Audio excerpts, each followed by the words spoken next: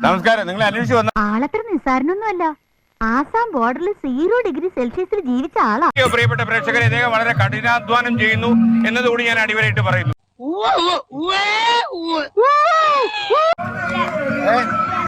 ഏതായാലും തനിക്ക് ഇങ്ങോട്ട് വരാൻ തോന്നിയല്ലോ. ഭാഗ്യം. 5 ഇതാരാ? പേര് പറഞ്ഞു.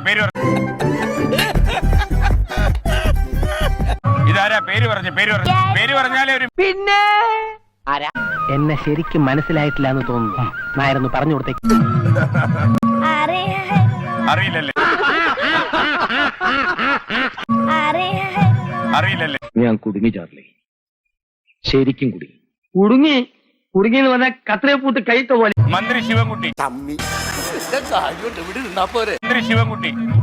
എന്റെ മക്കളെ, ഈ മനുഷ്യനെ പറ്റി ഒരുപാട് പറയാനുണ്ട്.